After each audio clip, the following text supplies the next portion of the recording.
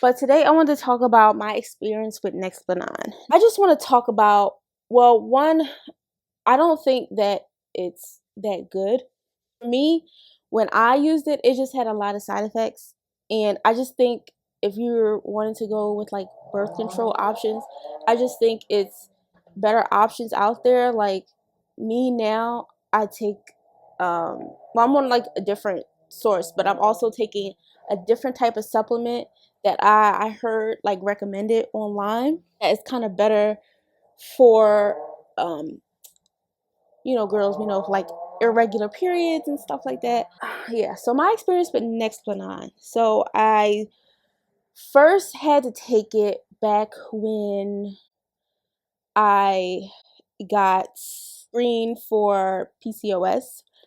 And it's something I always knew about, but it's something I never thought I had. But looking back on it, I definitely believe that I definitely believe that I probably do have it because it just makes sense. I always had irregular periods, and it was just like a bunch of other stuff that I saw. So, but I think I never really wanted to accept it. It's just like just dealing with other things, and then you like hear it officially being diagnosed to you. It's like, oh my gosh, this is like another thing I don't need on my plate right now. I think the PCOS for me really got worse when I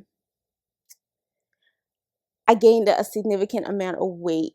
Back in 2020, I've gained the most weight I've ever gained in my life. I'm sure like everybody else probably did, right? And in 2020, I had got up to 190. Now my whole life, I've never been over 170.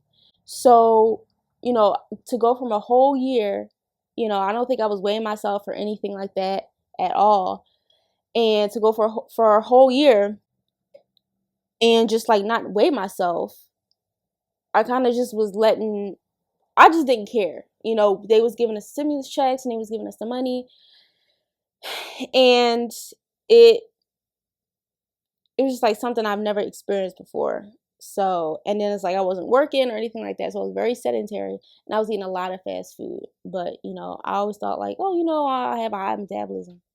But doctors say that PCOS and weight gain don't have a correlation, but my symptoms got really, really, really, really, really bad when I gained over 40 pounds.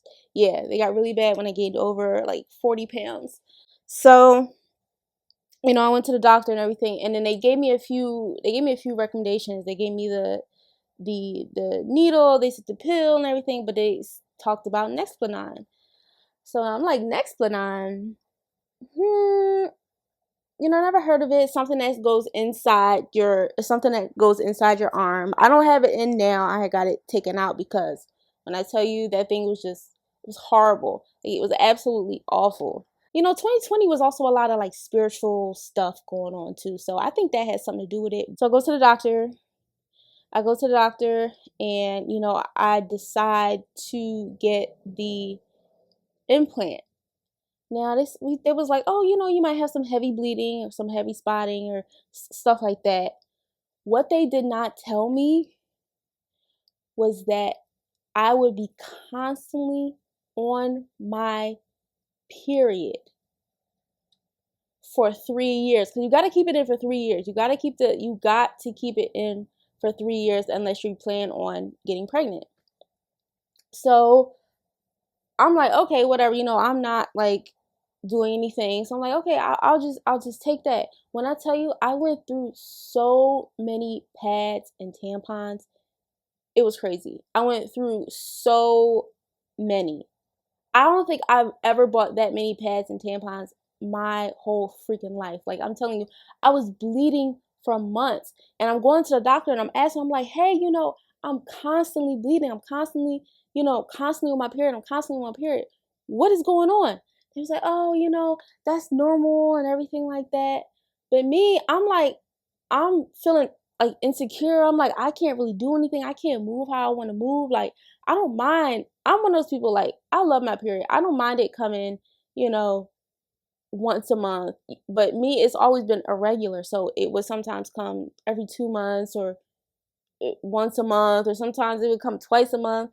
You know, it never really like phased me like that. But you know, having a period is like, it's like, okay, good. It's like things are working down there. But when I tell you, like, it was the worst. I had constant bleeding, like, throughout the 3 years of me having it. Like, I think I would have like a week or maybe like 2 weeks where it would be like a little lighter, but it was constant. Like, every time, I'm thinking, oh, it's getting lighter, it's going away. I have about 3 days with some light bleeding or maybe even no bleeding. And I'm thinking, okay, I don't have to wear anything. I can just wear my regular pants and everything like that. No, I'm telling you, the clothing items that I've ruined because of that implant, I will never get it again. I will never get it again. So I'm just making this video as a warning that yes, it will have some side effects. You can get it taken out. Yes, I had mine for 3 years. I got it in 2020, and I got to take it out in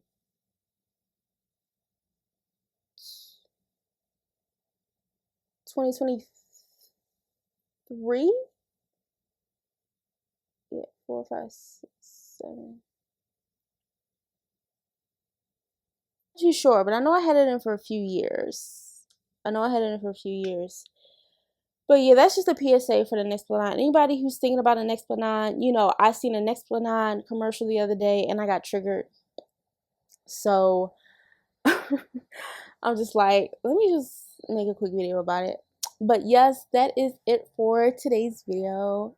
And thank you for watching. Bye.